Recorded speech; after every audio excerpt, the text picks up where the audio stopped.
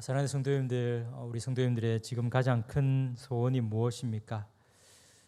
다른 말로 바꾸어서 말씀을 드리면 가장 원하시는 것이 무엇입니까? 가장 갖고 싶은 것이 무엇입니까? 아마 우리 성도님들 각기 다른 소원을 가지고 갖고 싶은 것도 아마 다 다를 것입니다. 눈을 돌려서 세상을 한번 보십시다. 세상 사람들이 가장 원하는 소원이 무엇일까요? 가장 원하는 것이 무엇일까요? 아마 이 코로나가 빨리 끝나는 것이 가장 원할 것 같습니다. 또 어떤 사람은 건강이 좋지 못한 사람은 건강하기를 원할 수도 있고요. 좋은 집을 원하는 사람들도 있고 좋은 차를 원하는 사람들도 있을 것입니다. 그런데 세상 사람들 가운데 그 모든 것들을 다 합쳐서 가장 갖고 싶어한 것이 무엇일까요? 아마 그 물음의 답은 물질일 겁니다. 물질을 얻는 방법은 여러 가지가 있겠죠. 가장 기본적인 것이 열심히 일해서 그 물질을 얻는 겁니다. 아니면 요즘에 참 많은 물질을, 돈을 얻기 위해서 여러 방면으로 사람들이 찾고 또 노력을 합니다. 때로는 땅이나 아파트를 투자를 해서 투기를 통해서 돈을 벌기도 합니다. 요즘에 주식이 많이 인기가 있던데요. 그런 주식을 통해서 돈을 벌기도 원합니다. 그런데 그 모든 것을 통틀어서 어렵다라고 할 수는 없겠지만 가장 손쉬운 방법으로, 물론 손쉽기는 하지만 내가 될 확률은 없겠죠. 많이 없는데 가장 손쉬운 방법으로 돈을 벌 수 있는 것이 무엇일까요? 생각한데 아마 복권이라 생각이 듭니다. 한창 복권의 열풍이 많이 불고 지금도 많이 부는 줄 압니다. 많은 사람들이 이렇게 일확천금을 기대하며 그렇게 복권을 삽니다. 복권을 당첨을 되기만 하며 1등을 되기만 하며 한 번에 일확천금을 갖게 되겠죠. 그래서 사람들이 내가 복 받았다 그렇게 생각을 아마 할 겁니다. 그런데 과연 그럴까요? 설교를 준비를 하면서 복권 1등에 당첨된 사람들에 대해서 인터넷 신문 기사를 쭉 한번 찾아봤습니다. 여러 기사가 있더라고요. 그 가운데 행복하게 잘 살고 있다라는 기사보다는 그에 반대되는 기사가 참 많이 있는 것을 보게 되었습니다. 어떤 사람은 가정이 깨어진 사람이 있었고요. 어떤 사람은 그 모든 돈들을 다 잃어버리고 사기꾼이 된 사람도 있었고요. 어떤 사람은 그 모든 돈들을 도박으로 다 잃어버리고 돈이 없어서 도둑이 되어서 그렇게 잡히기도 한 기사도 있었습니다. 물론 잘 사는 사람에 대한 기사도 있지만 이렇게 좋지 못한 결과를 가졌던 그 사람들의 기사가 참 많이 있었습니다. 이렇게 볼 때 사람들이 복 받았다라고 하는 그것조차도 그 복을 누리지 못하고 그 복이 도리어 자기 자신에게 저주가 되어서 자기 자신을 망치게 되는 경우를 종종 보게 됩니다. 사랑하는 성도님들은 세상의 복이 아니라 하나님의 복을 받고 살아가는 존재인 것을 잊지 마시기를 바랍니다. 하나님께서 주신 복에 감사하며 또한 그 감사함으로 그 복을 누려가시기를 바랍니다. 말씀에 있는 제목처럼 복이 저주가 되지 않도록 늘 조심하면서 믿음으로 살아가시기를 소망합니다. 오늘 말씀을 통해 하나님께 주신 복을 도리어 저주로 만든 한 사람을 보게 됩니다. 그 복이 저주가 되어 그 사람을 파멸로 이끌게 되는데요. 오늘 말씀을 통하여서 복을 저주로 바꾸는 어리석음을 범치 않는 우리 성도님들, 오히려 하나님께서 주시는 더 큰 복으로 살아가시는 귀한 성도님들 되시기를 바랍니다. 오늘 본문 말씀은 우시야 왕에 대해서 말씀을 합니다. 우시야 왕에 대해서 말씀을 하면서 우리는 읽지 않았지만 15절 후반절에 보면 기이한 도우심을 얻어 강성하여짐이었더라 라고 말씀을 합니다. 우시야 왕이 강성하여지는데 그 이유가 자기 자신의 힘과 능력으로 강성하여지는 것이 아니라 기이한 도우심으로 강성해졌다라고 합니다. 이 기이한 도우심은 바로 하나님의 은혜이고 하나님의 도우심입니다. 여호수아 3장 5절 말씀에 보면 여호수아가 또 백성에게 이르되 너희는 자신을 성결하게 하라. 여호와께서 내일 너희 가운데에 기이한 일들을 행하시리라 라고 했습니다. 하나님께서 요단강 앞에 선 이스라엘 백성들을 향하여서 여호수아에게 말씀을 하시는 건데요. 기이한 일을 행하겠다라고 말씀을 합니다. 그 기이한 일, 어떤 일이 일어났을까요? 궤를 맨 제사장들이 요단에 들어갑니다. 그 제사장의 발에 물이 잠기자 흐르던 요단 강물이 그 자리에서 멈춥니다. 그래서 흘러오던 물은 멈추고 그 밑에 흐르던 물은 다 흘러나가서 요단강의 땅이 보입니다. 그리고 마른 땅이 되어서 이스라엘 백성들이 그 요단강을 건넙니다.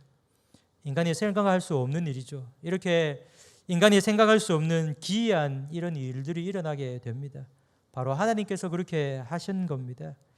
우시야 왕도 마찬가지였습니다. 우시야 왕이 가진 힘과 능력으로 그렇게 강성한 것이 아니라 하나님의 기이하신 도움으로 강성해졌습니다. 우시야 왕이 어떠한 강성함을 얻었느냐 하면 솔로몬 이후에 남쪽 유다와 북쪽 이스라엘로 나뉩니다.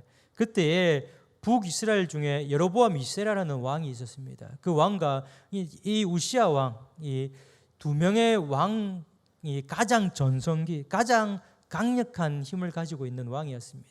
솔로몬과 비견될 정도의 가장 강력한 힘을 가지고 있었던 것이 바로 이 우시야 왕이었습니다. 그래서 블레셋으로부터 빼앗겼던 땅을 도로 찾기도 하고요, 암몬으로부터 조공을 받기도 하는 그런 강력한 힘을 가지고 있었습니다. 바로 하나님의 은혜이고 하나님의 도우심 때문이었습니다. 그렇다면 하나님의 기이한 도우심, 이런 은혜와 축복을 받았다라면 어떻게 해야 할까요? 당연히 더 겸손함으로 하나님을 믿으며 하나님이 주신 은혜에 감사하며 살아가야 되지 않겠습니까? 그러나 우시야는 그렇게 하지 못했습니다. 16절 전반절에 보면 이렇게 말씀합니다. 그가 강성하여짐에 그의 마음이 교만하여 악을 행하여라고 말씀을 합니다. 강성해짐으로 겸손했다라고 말씀하는 것이 아니라 강성함에 따라서 그 마음이 교만해져서 악을 행했다라고 말씀을 합니다. 여기 악을 행했다라고 하는 이 표현은요, 노아 홍수 이전에 하나님 앞에서 인간들이 행하였던 그 모습을 설명할 때 나오는 단어입니다. 창세기 6장 11절 말씀에 그때 온 땅이 하나님 앞에 부패하여 포악함이 땅에 가득한지라라고 말씀을 했습니다. 노아 홍수 그 전에 이 땅의 사람들이 하나님 앞에 부패했다라고 했는데, 이 부패했다라는 말이 오늘 말씀 가운데 악을 행하였다라는 이 말과 동일한 단어입니다. 그러니까 우시야가 영적으로 얼마나 타락했는지 이 단어를 통해서 잘 보여줍니다.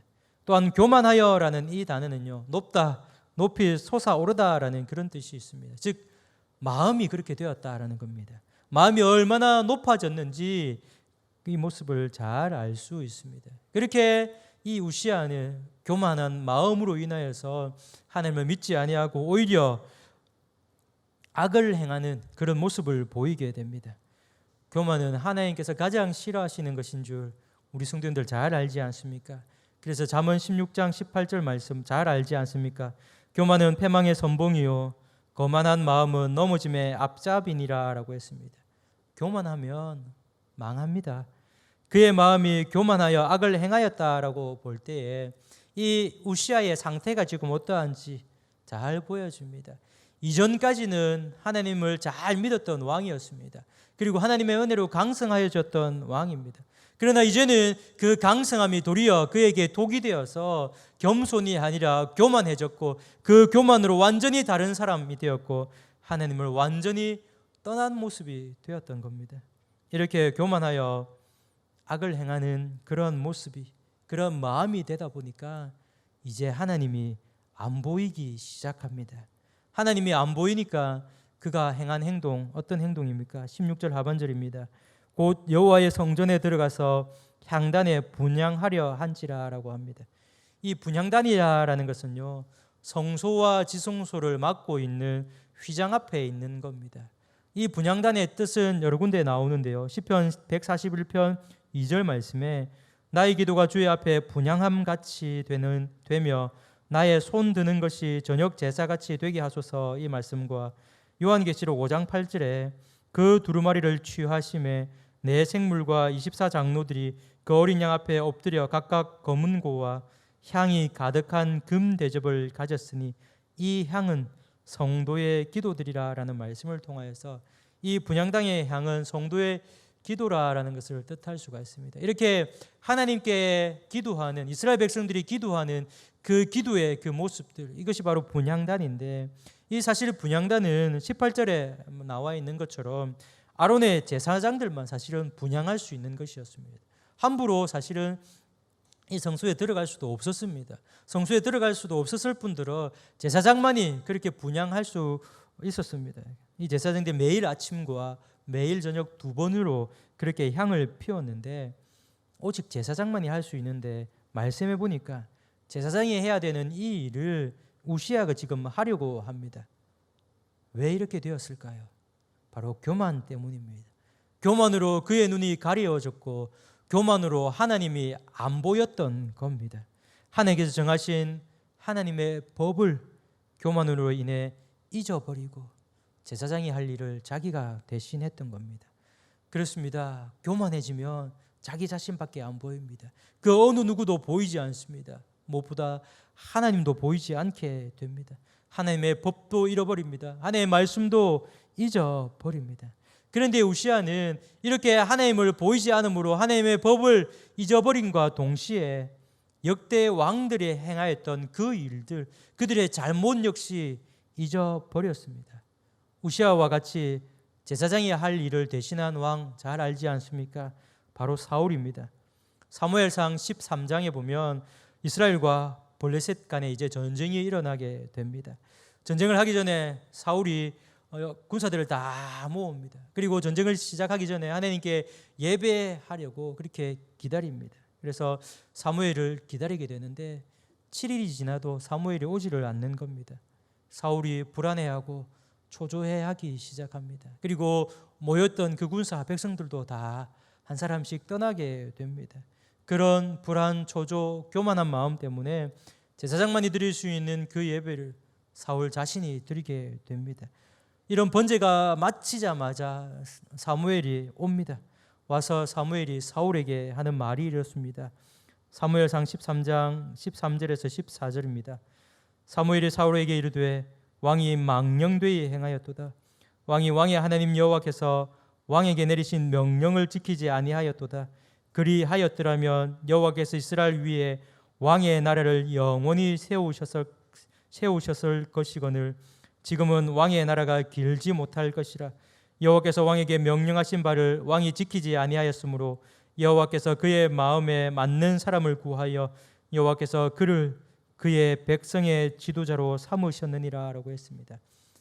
왕이여, 왕이 만일 하나님의 명령 말씀을 지켰다라면 왕의 그 나라가 영원히 세워졌을 건데, 그러나 하나님의 말씀을 믿지도 아니하고 하나님의 말씀을 떠나버림으로 말미암아 왕의 나라가 길지도 아니할 뿐더러 왕 대신 다른 사람을 왕으로, 이스라엘 왕으로 삼겠다라고 하나님께서 하셨습니다라고 했습니다.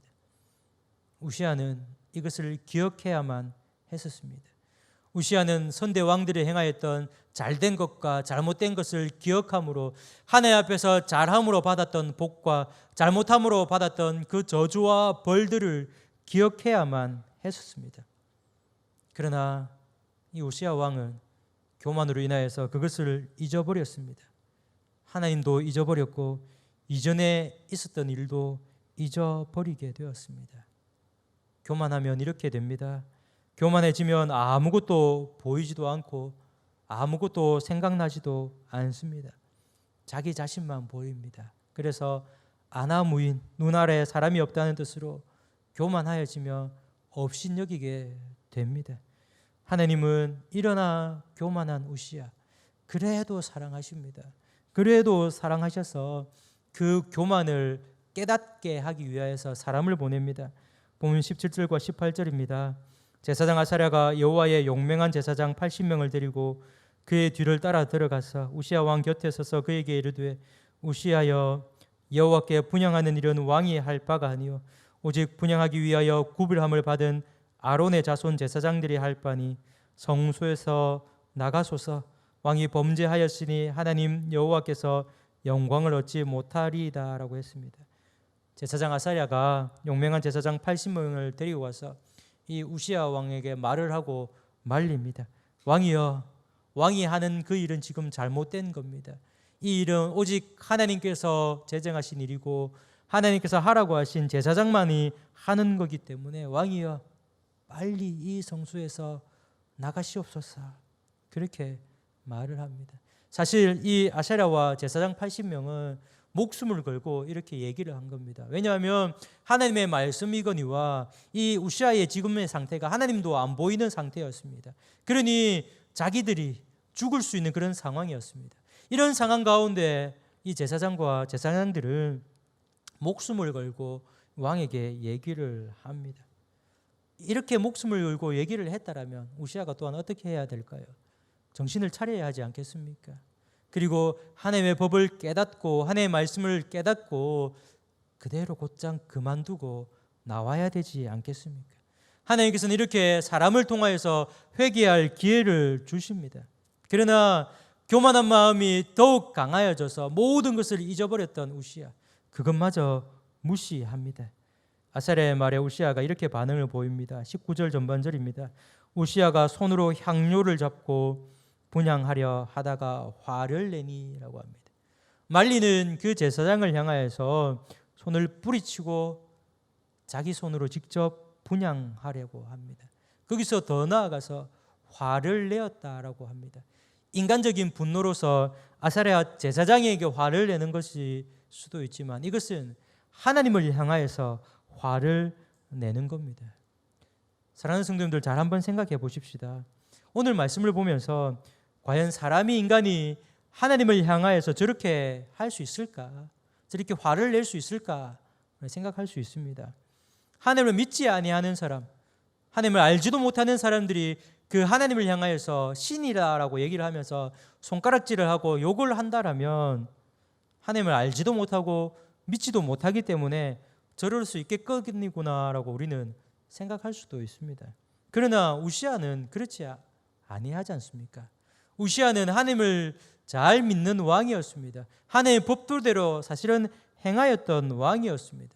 그러나 이 왕이 한순간에 변하여 교만으로 인하여서 하나님이 없는 것처럼 생각을 하고 하나님이 없는 것처럼 행동을 하고 하나님을 향하여서 화까지 내는 모습을 보입니다. 다시 말씀을 드리지만 교만하여지면 이렇게 됩니다. 교만하면 말씀도 잊어버림과 동시에 하나님의 권위를 잊어버리고 그 권위를 무시하고 도전하게 됩니다. 레위기 10장 1절에서 2절 말씀입니다. 아론의 아들 나답과 아비후가 각기 향로를 가져다가 여호와께서 명령하시지 아니하신 다른 불을 담아 여호와 앞에 분향하였더니 불이 여호와 앞에서 나와 그들을 삼키매 그들이 여호와 앞에서 죽은지라라고 했습니다. 아론의 아들 나답과 아비후가 하나님께서 허락하지 아니한 그 불로 분향하려다가 하나님의 불로 인하여서 죽게 되는 모습이었습니다. 하나님께서 정한 법도대로 하지 않으니까 이러한 벌을 받았다라는 겁니다. 하나님의 법을 잊고 하나님의 권위에 맞으면 이렇게 되더라라는 겁니다. 그래서 우시아 왕도 마찬가지로 하나님의 법을 잊어버리고 그 하나님 뜻대로 하지 않음을 통하여서 벌을 받습니다. 19절 중반 하반절에 그가 제사장에게 화를 낼 때에 여호와의 전 안 향단 곁 제사장들 앞에서 그의 이마에 나병이 생긴지라라고 했습니다. 우시아의 이마에 나병이 생겼습니다. 이 나병이 생겼다라는 것은요, 하나님께서 저주하심으로 생긴 병이다라고 그렇게 생각을 했습니다. 물론 그렇기도 하고요. 그래서 레위기 13장 45절 말씀에 보면 나병 환자는 옷을 찢고 머리를 풀며 윗 입술을 가리고 외치기를 부정하다 부정하다 할 것이요 병 있는 날 동안 늘 부정할 것이라 그가 부정한즉 혼자 살되 진영 밖에서 살지니라라고 했습니다. 스스로 나병이 발생했을 때 스스로 나는 부정하다라고 그렇게 외쳐야만 했습니다. 그리고 그것을 떠나서 부정한 몸이 되었기 때문에 진영에 있지 못하고 함께 사람들과 살지 못하고 진영 밖에 나가서 홀로 살게 되었습니다. 우시아도 그렇게 됩니다. 하나님의 저주를 받아서 나병이 생기고 나서 21절에 보니까 우시아 왕이 죽는 날까지 나병 환자가 되었고 나병 환자가 되매 여호와의 전에서 끊어져 별궁에 살았으므로라고 했습니다. 혼자 살았다라는 겁니다. 그것도 죽는 날까지 그렇게 되었다라는 겁니다. 무엇보다도 말씀해 보니까 여호와의 전에서 끊어져라고 말씀을 합니다. 이 말씀을 다시금 하나님의 전에 가지 못했다라는 겁니다. 하나님께 예배하러 가지 못했다라는 겁니다. 하나님께 예배하지 못하고 그 별궁에서 쓸쓸히 죽어갔더라라는 겁니다. 이 기간으로 따지면요 10년입니다. 10년. 10년 동안 하나님께 예배도 드리지 못하고 그 나병으로 인하여서 고통스럽게 죽어갔습니다. 사랑하는 성도님들, 우시아는 하나님으로부터 놀라운 은혜와 복을 받았습니다. 사람이 생각할 수 없는 그런 기이한 은혜와 복을 받았습니다. 그러한 복을 받았으면 당연히 하나님께 감사하며 찬양하며 살아가야 하지 않겠습니까? 또한 하나님을 믿고 더 의지하면서 또한 그리함으로 하나님께서 더 큰 은혜와 복을 받고 살아가야 하지 않겠습니까? 이스라엘 백성들을 한번 보십시다. 출애굽기에 보면 이스라엘 백성들이 홍해를 건너고 난 이후에 하나님께 찬양하는 모습이 나옵니다. 그런데 그 찬양하는 모습이 끊기고 나서 그 다음 얼마간 지나고 나지 않았어. 아니 광야 40년 동안에 그들은 하나님께 감사한 것이 아니라 불평하고 불만하였던 모습을 보게 됩니다. 결국 불평하니까 어떻게 되었나요? 그렇게 불평하던 이스라엘 출애굽하였던 이스라엘의 1세대들은 광야에서 다 죽게 되었습니다.